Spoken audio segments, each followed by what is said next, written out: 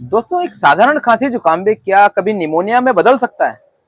दोस्तों, आप लोगों को पता है कि दुनिया भर में 7 लाख से ज्यादा बच्चे जो है निमोनिया की वजह से मर जाते हैं। और ये जो रेशियो है ना डेथ का, ये रेशियो जो है गांव वाले इलाकों में और ज्यादा हो जाता है।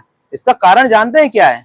इसका कारण है कि जब कभी बच्चों को खांसी जुकाम या बुखार आता है तो हम लोग सोचते हैं कि ये एक साधारण खांसी जुकाम है, और इसके लिए हम आरएमपीज के पास जाते हैं। और आरएमपीज जो इसको प्रॉपर तरीके से डायग्नोस नहीं कर पाते हैं और वो इसे साधारण खांसी जुकाम की तरह ही ट्रीट करने लगते हैं, जिसकी वजह से ये जानलेवा होने लगता है।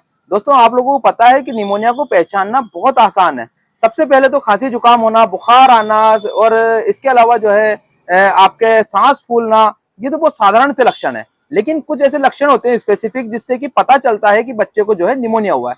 जैसे बच्चों की सांस जो है बहुत तेज तेज चलने लगती है। जैसे अगर बच्चा 2 महीने तक का है तो उसकी सांस जो है 60 बार से ज्यादा चलेगी।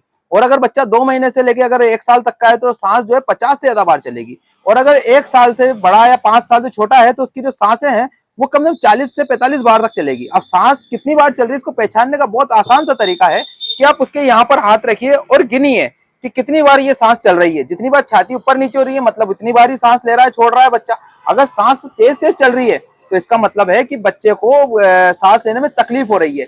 इसके अलावा जो है उसकी जो फसलियां हैं, इस जगह पे आप देखेंगे तो उसको दबाव सा महसूस होगा, फसलियां भी चलती हुई नजर आएंगी आपको। ऐसा लगेगा कि फसलियों में जो है खिंचाव हो रहा है।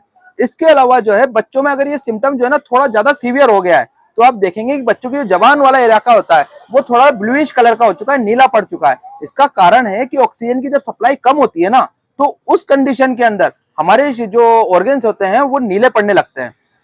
तो इससे आप पता कर सकते हैं कि बच्चों को निमोनिया हुआ है। अब यार ये निमोनिया जो है इतना खतरनाक क्यों हो जाता है? दोस्तों, क्या होता है कि जब कभी भी जो इन्फेक्शन होता है ना निमोनिया का, वो जब फेफड़ों के अंदर पहुंचता है तो वहां ग्रो करने लगता है। और जब वो ग्रो करता है तो एल्वोलाई जो है वो टूटने लगते हैं, उनमें सूजन आ जाती है। अब एल्वोलाई तो आप ऐसे साधारण से समझिए कि जो फेफड़ों का स्पंजपन होता है ना वो थोड़ा सा कम हो जाता है, जिसकी वजह से जो है ऑक्सीजन जो है फेफड़ों के अंदर कम स्टोर होने लगती है। और जब ऑक्सीजन कम स्टोर होगी तो सीधी सी बात है सांस जल्दी जल्दी चलेगी और ऑक्सीजन की कमी भी होगी। अब ऑक्सीजन की जब कमी हो जाती है तो सीधी सी बात है कि हार्ट को भी ज्यादा काम करना पड़ेगा। अब हार्ट को काम करना पड़ रहा है, किडनीज को भी ज्यादा काम करना पड़ेगा, और वाइटल ऑर्गन जो होते हैं हमारे शरीर के जो जरूरी अंग है वो फेल होने लगते हैं, जिसकी वजह से बच्चों के लिए बहुत ज्यादा जानलेवा हो जाता है।